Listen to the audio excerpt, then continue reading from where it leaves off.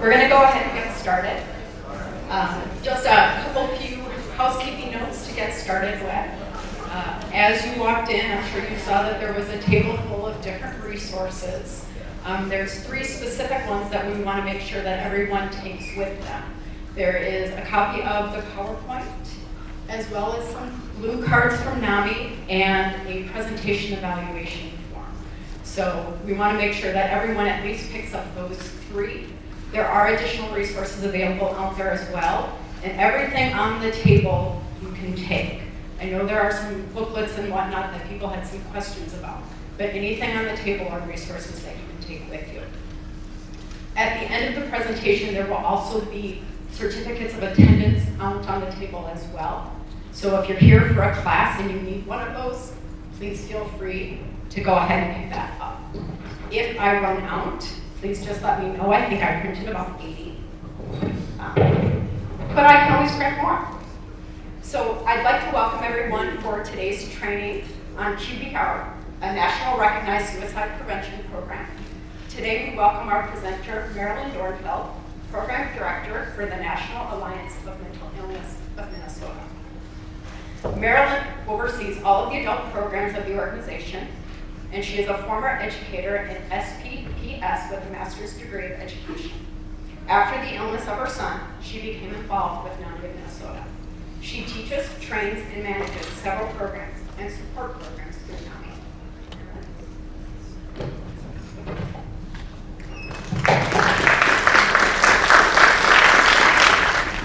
Hi everybody, thanks for coming, even though maybe you had to.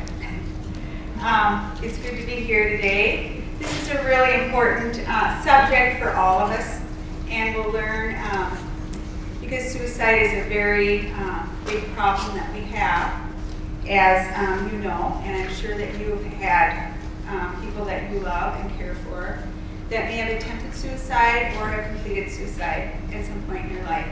So we take this very seriously. One of the reasons it's really important to me is that in one year I went to 3 funerals that were because of suicide. And it was before my son was ill, and I just didn't understand what in the world was going on. I didn't understand anything about mental illness or crisis, emotional crisis that people go through. I want you to think about this 1-hour training as being like an emotional CPR. We know that before they trained lay people how to do CPR, a lot more people died. By heart attacks, a lot of people died. But you know, there's a lot of things that we can do to prevent death. And so that's exactly what we want to be talking about today. And it's not to put any shame or blame or guilt on anybody that has experienced this. It's what do we do going forward, and what can we look for? What are those signs? What are those symptoms? What are the things that I want to do to help whoever it is that's in my life? I'm going to show a short video, and then after that, do a PowerPoint.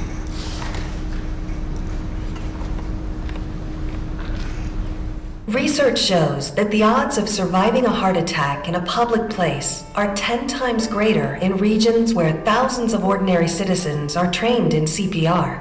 It's called bystander rescue. When someone shows signs of experiencing cardiac arrest, the response of nearby friends, family, or coworkers is critical. The effective use of CPR doubles or triples one's chances of surviving a heart attack. Like CPR, QPR is an emergency intervention for someone experiencing a life-threatening crisis. QPR is easy to learn and easy to remember, but it takes courage to overcome our fears about reaching out to help someone who may be considering suicide. Research also shows that where QPR is widely taught, suicide attempts and deaths decrease. Just like CPR, QPR requires quick, bold, and informed action. Because suicide, like heart attacks, remains a rare event, we must train hundreds to save one, thousands to save hundreds, and millions to save thousands. There is an old Welsh saying, "No great misery goes unspoken." When we have a toothache, we tell people. We don't hide our pain. But because of the stigma and taboo around the word suicide, many people considering suicide don't speak plainly about their suffering. They fear our rejection. They fear that if they say something, we will ridicule them or make fun of them. As a result, people thinking about suicide often use indirect language. They hint at what they're thinking of doing. They send us coded messages, and they suffer in silence. Called suicide warning signs, QPR training teaches you how to recognize these warning signs, quickly decode them, and then question the person in an informed and compassionate manner to learn if they are considering suicide. Just as talking about physical pain helps diminish it, talking about suicide with someone willing and able to listen reduces psychological pain almost immediately. Trained QPR gatekeepers are merchants of hope, and hope helps prevent suicide. Millions of people have now been trained in QPR. Rigorous independent research studies support QPR as effective, and thousands of personal stories assure us that QPR is saving lives. When you use QPR, not everyone will be suicidal. Some people are simply stressed to the breaking point, but they still need help you can give. Please note that you cannot put the idea of suicide into someone's mind. People are either thinking about suicide or they're not. The fear of putting the idea of suicide into someone's head is a myth that keeps us from acting when we should do just the opposite. QPR is a universal intervention for people in pain, whether they're thinking about suicide or not. While it takes a special courage to overcome our fears, we will teach you how to ask about suicide and to offer hope through listening. Listening is the power tool that restores hope in the hopeless. We know you can do this, and we will show you how. Preventing suicide. It's what people do.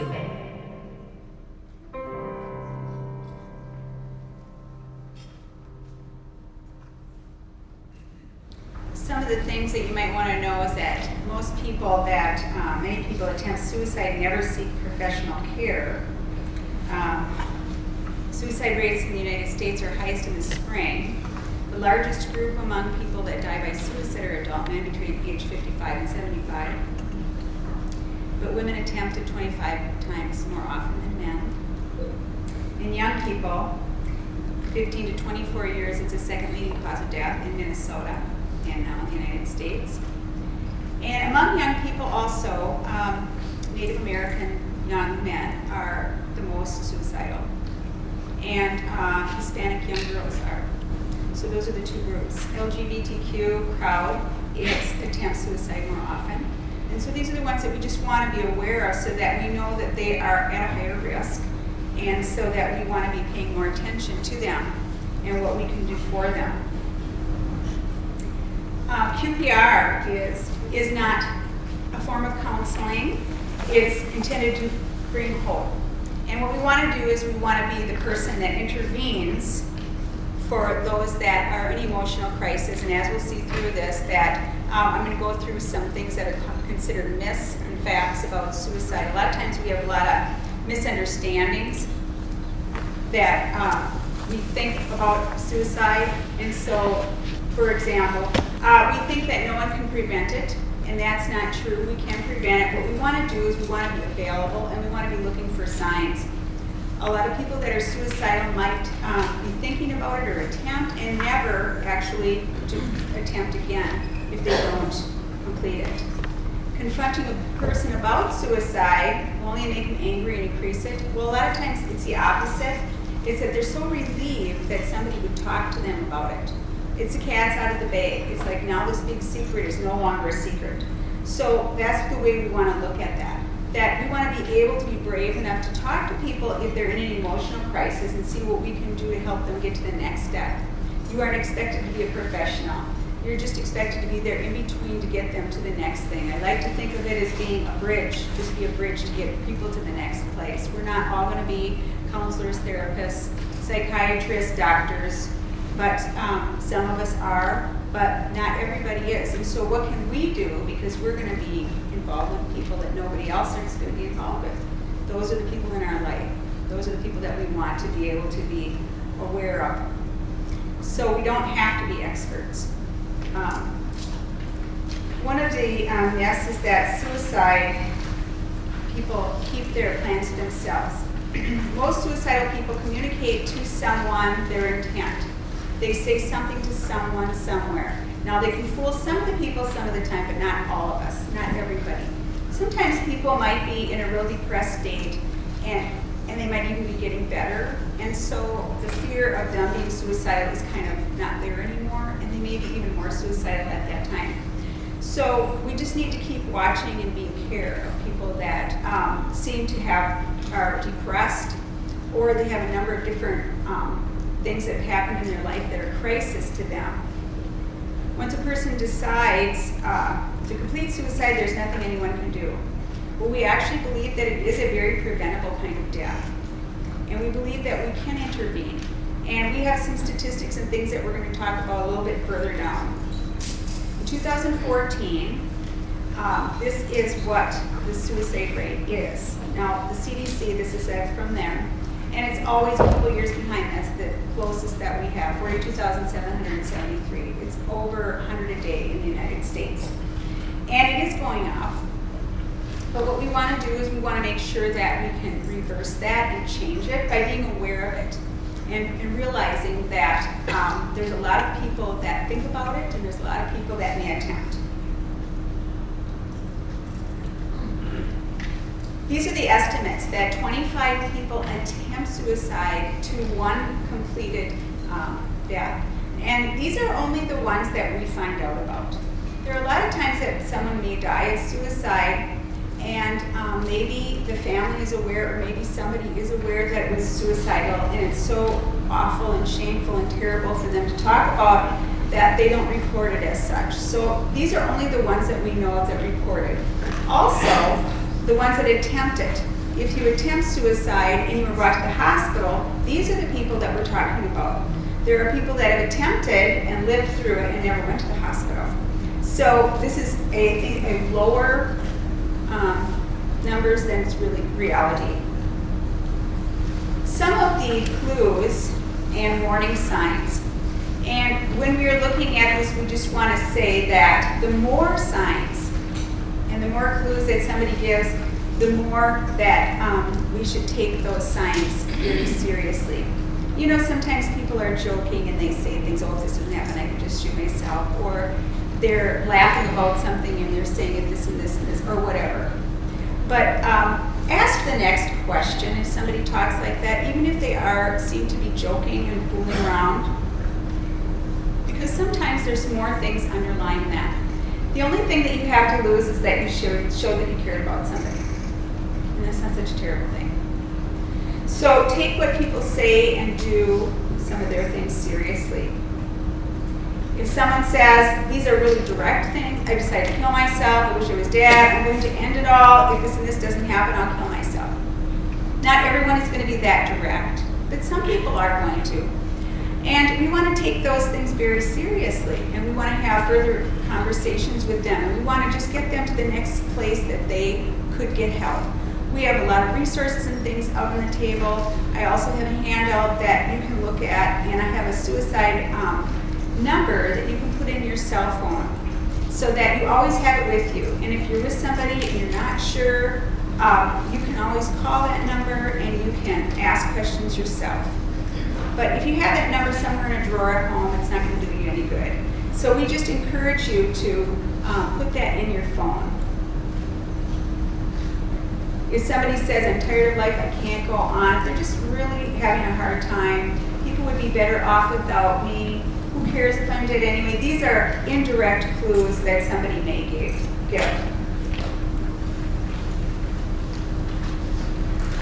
If somebody has a previous suicide attempt, they would be more at risk.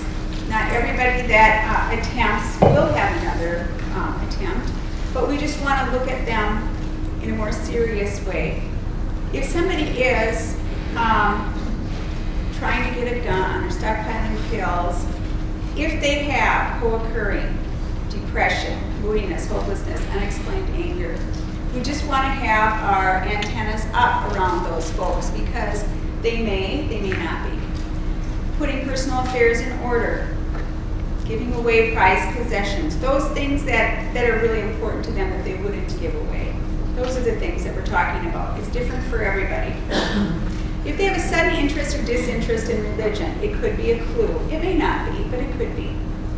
Sudden or drug or alcohol abuse or relapse after a period of recovery. About 50% of the people that die by suicide have drugs or alcohol in their system. What it does is it lowers their inhibitions, and they would do something they wouldn't normally do.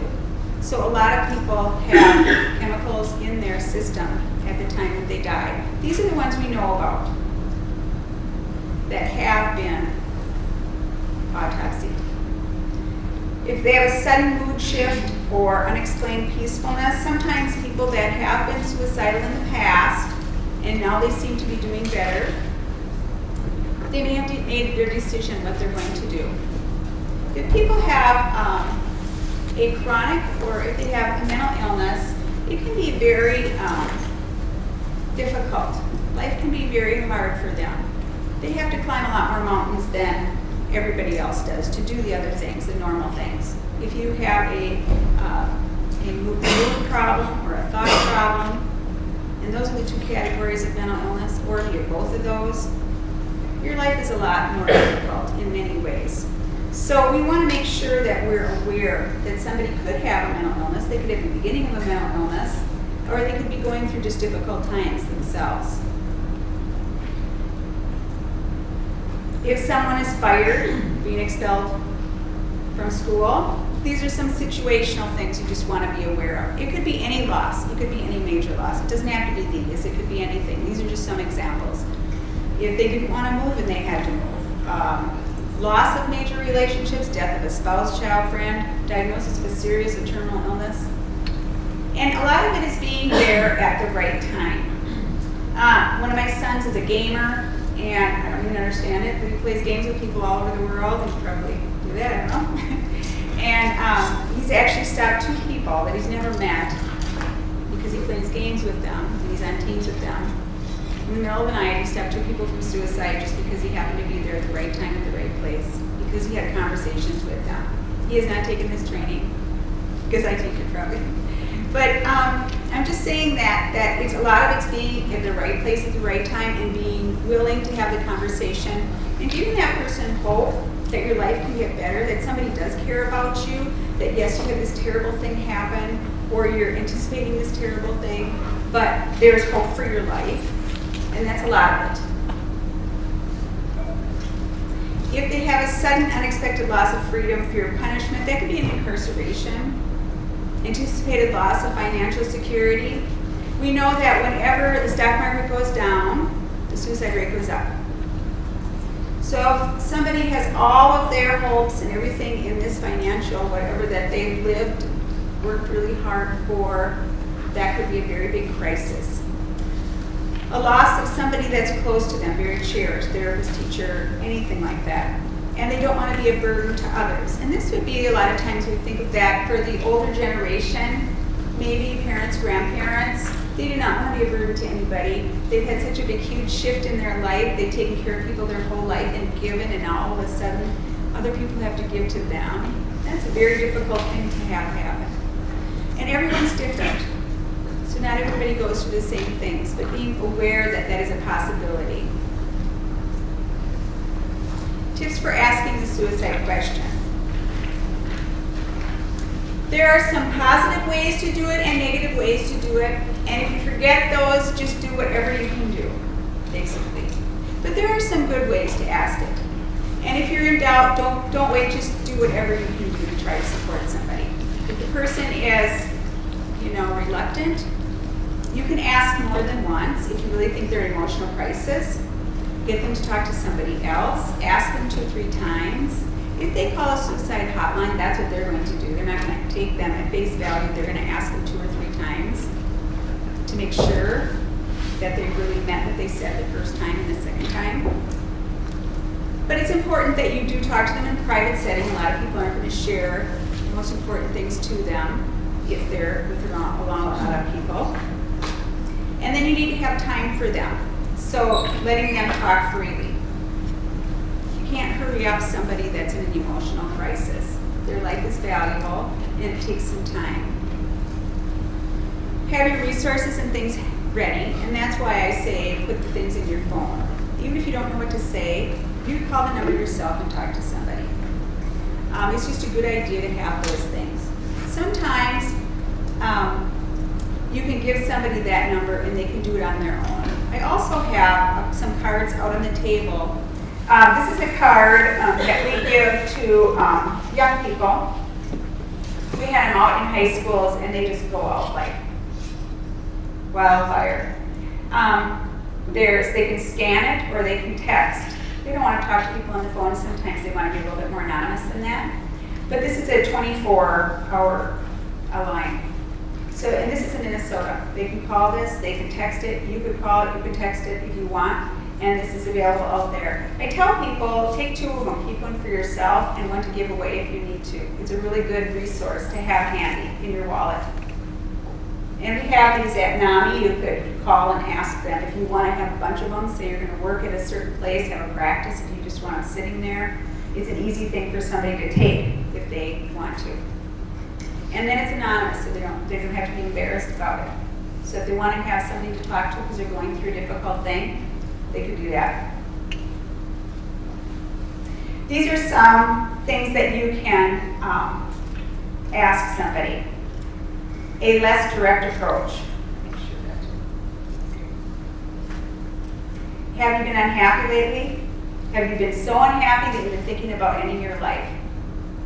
Do you ever wish that you could just go to sleep and never wake up? This is a easier way to ask it. I think it's important that when you ask the questions that you are as direct as you can be and that you're comfortable with, so that there's no misunderstanding.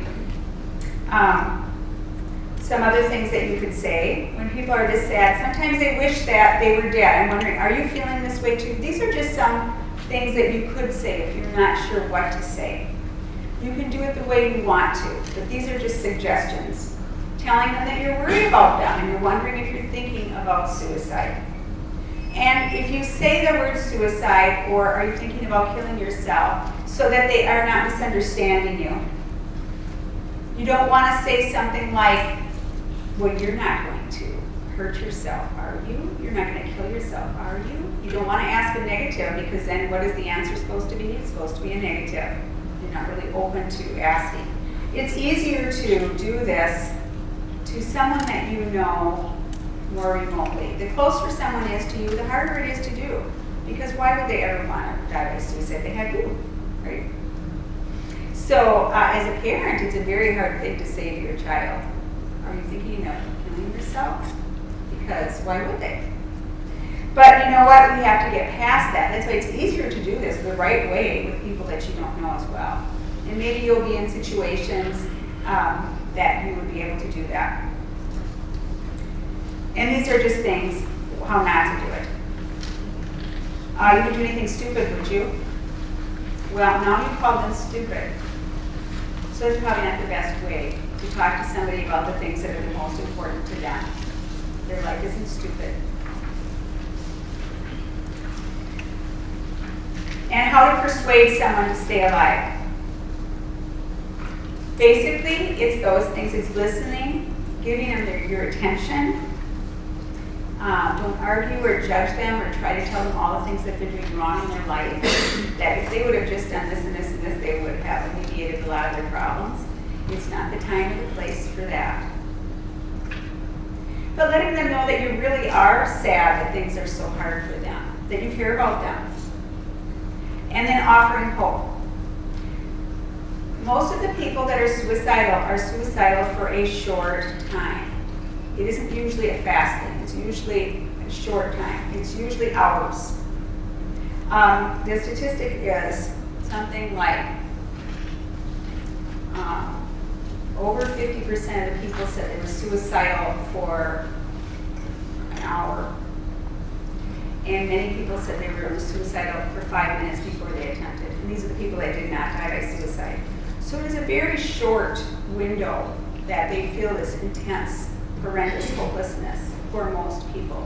Not everybody, of course.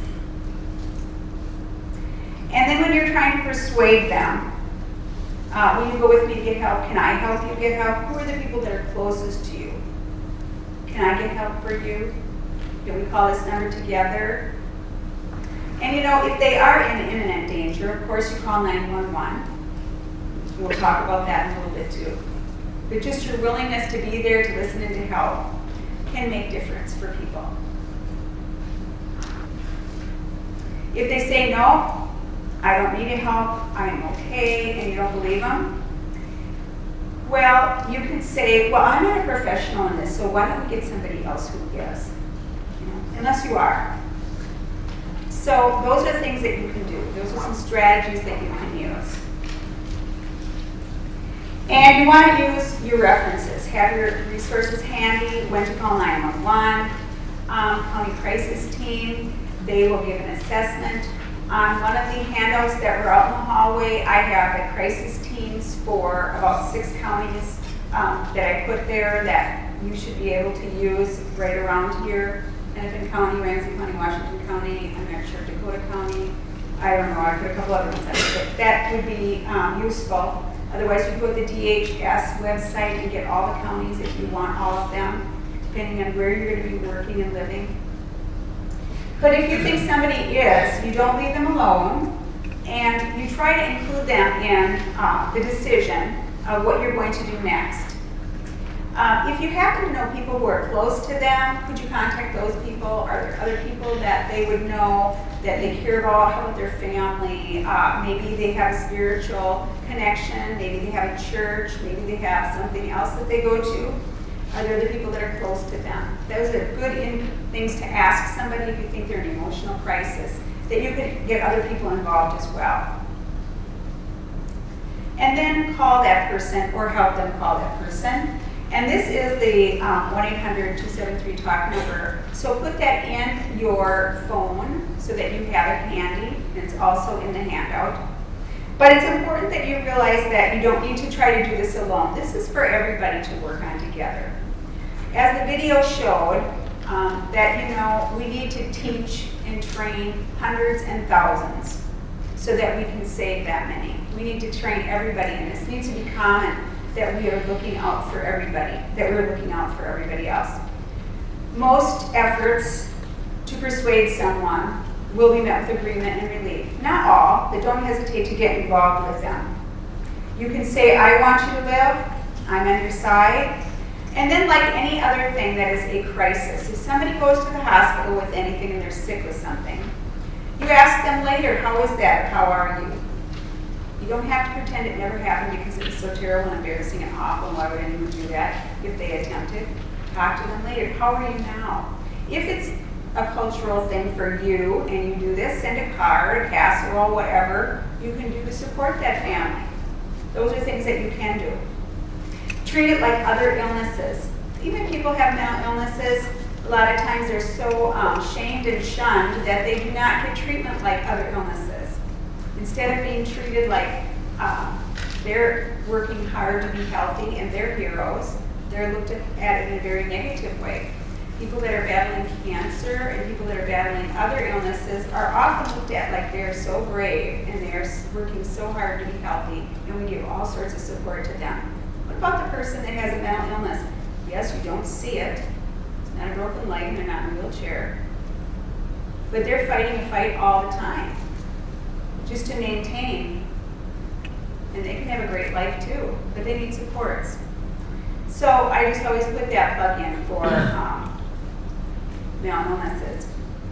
What we want to do is, because 50% of the people who die by suicide, they die by firearms. So we want to make sure that what we do is we know about firearms.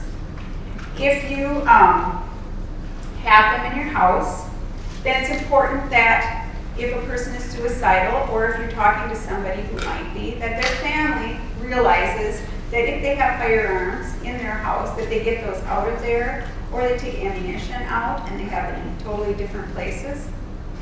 Because when somebody's going to use a firearm, and if they're comfortable with them, that's why they use them. Now, men are no more suicidal than women. In fact, they're less suicidal. It's just that the means that they use are often firearms. They're often guns, so they're lethal. There's no second chance. Women often use things like pills. and it doesn't kill them. It might mess them up and it might really wreck their life, but often it doesn't do it. And so that's why more men die, because they're using something that's completely lethal. There's no going back after that. Often we are concentrated on, when we think about suicide and suicidality and people that would die by suicide, we are thinking, why would they want to do that? Why? Well, you know what? It could be different for every person. They could have a mental illness. They could be very sick. Okay? They could have a major depressive disorder. They could have had tremendous losses in their life. Somebody might have left them. They might have had a death in their family. They might have different things that they have to deal with. We can't fix those whys because that's part of life. We all go through very difficult things in our life. And we're going to continue to get to go through them because there are hard things that we all have to face in our life. So it's not that the why is not important. It's very important. But what we can control more often than the whys is the how. How does a person die by suicide? That's why we talk about means. How would they do it? Because we can control means way more than we can control the why. And these are just a few examples to help understand this. In Sri Lanka, the pesticides were the leading cause and method of death in suicide.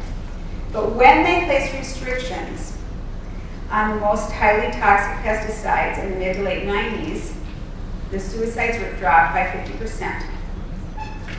So basically what happened is those people were used to having this means of suicide available to them. And it was sort of common knowledge. So if they wanted to die by suicide, that's what they would do. Because they all had it available, it was around. Okay? When they took the means away and no longer did they have that specific means there because it wasn't lethal anymore, because they used different pesticides, well now, a lot of those people didn't die. Did they happen to be suicidal? Yes. But they didn't have the means available at that time. They got past the huge emotional, terrible thing they were going through. So it's just to know that non-fatal poisonings and suicide by other methods did not drop. So it was the means. Another one, in the UK.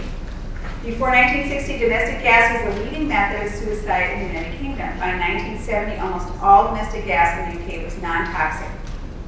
Okay? The suicide rates dropped by nearly a third because of the drop in the gas suicides.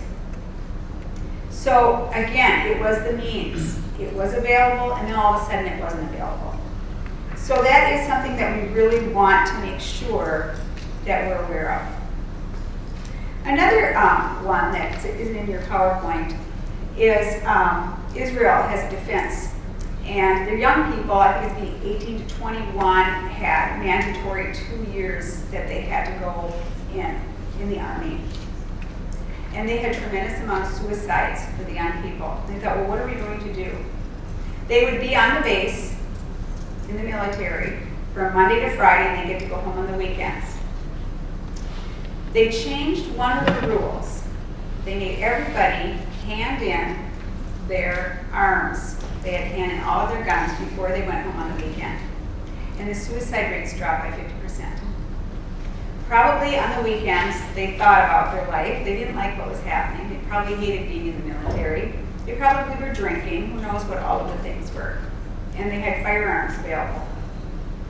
But as soon as they took those firearms away, they totally changed. So that's why we think about means. That's why we talk about those things. And because it's often brief, a lot of times it's taken quickly. They don't think about it that much with little planning. And 90% of those who even survive, even if it's almost lethal attempts, they do not go on later to die by suicide. So that's why it's important for us that not just because someone has been once doesn't mean they always will be. Even if they've attempted doesn't mean that they'll attempt again. And this is why we do it, because the firearms are the leading suicide method in the United States. And if you're a gun owner, then they're 3 times more likely. But that doesn't mean that people that are gun owners are more suicidal. It means that they have the means available to them. We are not anti-gun, we're just pro-responsible. Some people are hunters and some people do all sorts of things with their guns. I didn't grow up in a family that we used guns. I didn't have hunters. I think we had a BB gun somewhere. So I don't often think of that, but the people that are used to that and do that all the time, that's why we have to be aware of it. A simple step to increase a suicidal person's safety is reduce access to firearms at home. And so I tell you this because a lot of times people are not aware of it, and it's an important thing to ask people, do they have firearms at home?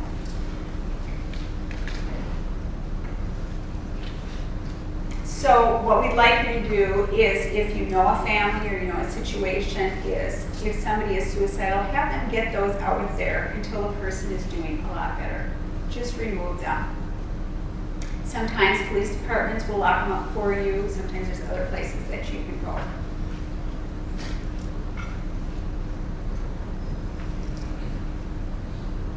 Abraham Lincoln, as we know, had a problem with depression. In fact, the things that are coming out now show even more that he probably had major depression for most of his life, and a pretty serious case of it.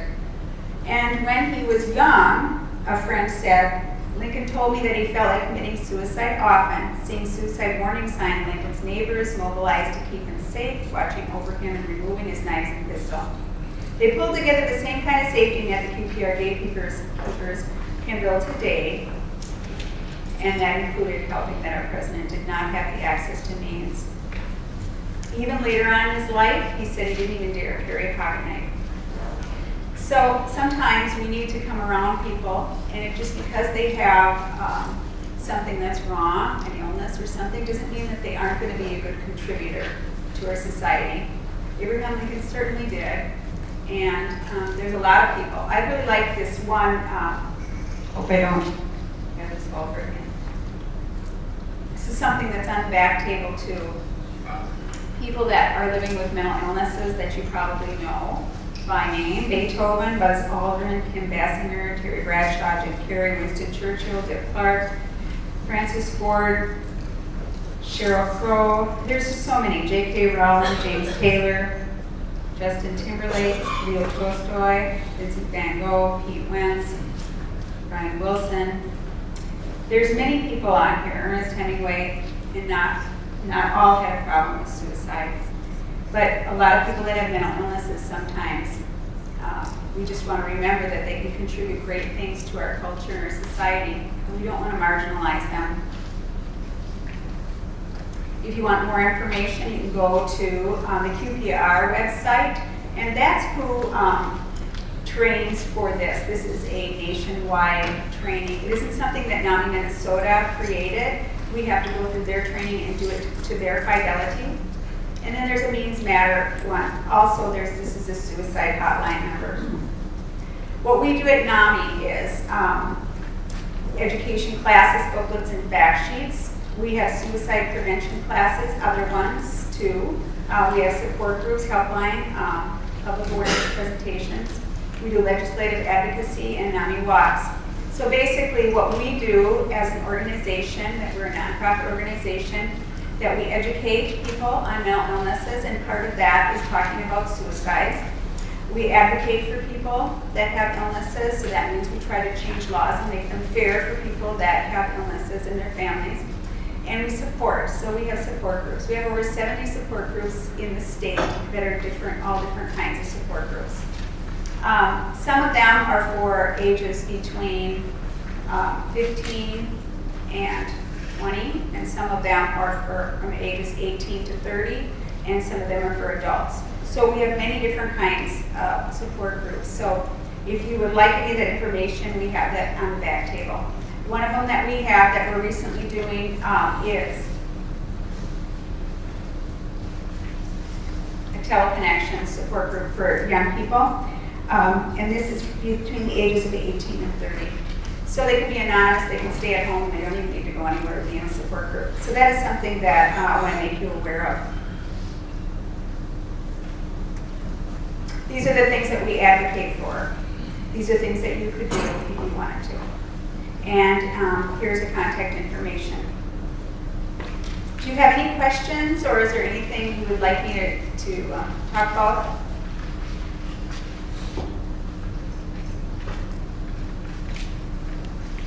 If you would fill out the blue card, and if you want information, or if you have a question and you want me to answer a question for you, you could write a question on there. I'll look at those. And if you would fill out the evaluation form also, and I will collect those two things. And you can keep the PowerPoint and any of the resources there on the back table. Otherwise, thank you very much for coming to this, and I hope that you got some information